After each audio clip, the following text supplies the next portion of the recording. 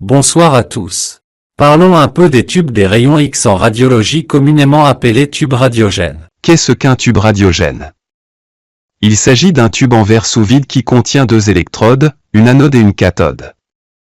Lorsque la tension est appliquée entre elles, les électrons circulent de la cathode à l'anode et libèrent l'énergie après l'impact et produisent des rayons X. Construction d'un tube radiogène. Cathode, électrode négative. Composé des filaments et la pièce de concentration. Anode, électrode positive. Composé d'un foyer, d'angle d'anode et le type d'anode. Cathode. La cathode est une électrode chargée négativement, qui contient un filament comme source d'électrons. Filament, il y a en deux types. Selon la construction. Selon l'arrangement. Selon la construction. Nous avons la forme hélix, qui est un fil en forme de spirale de tungstène.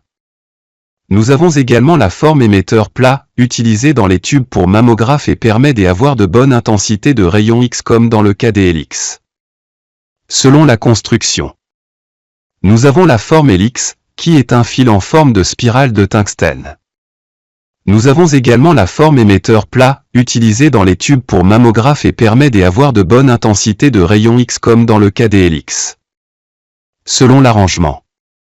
Pentix. Les deux filaments sont en parallèle.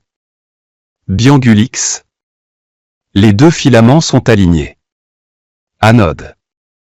L'anode est une électrode chargée positivement où les électrons viennent percuter. Nous avons l'anode fixe et l'anode tournante. Le foyer est l'air de la surface de la cible qui est bombardée par des électrons lors d'une exposition.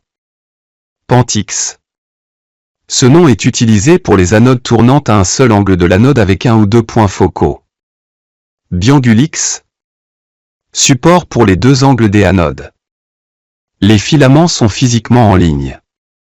Les deux points focaux sont sur des différentes pistes.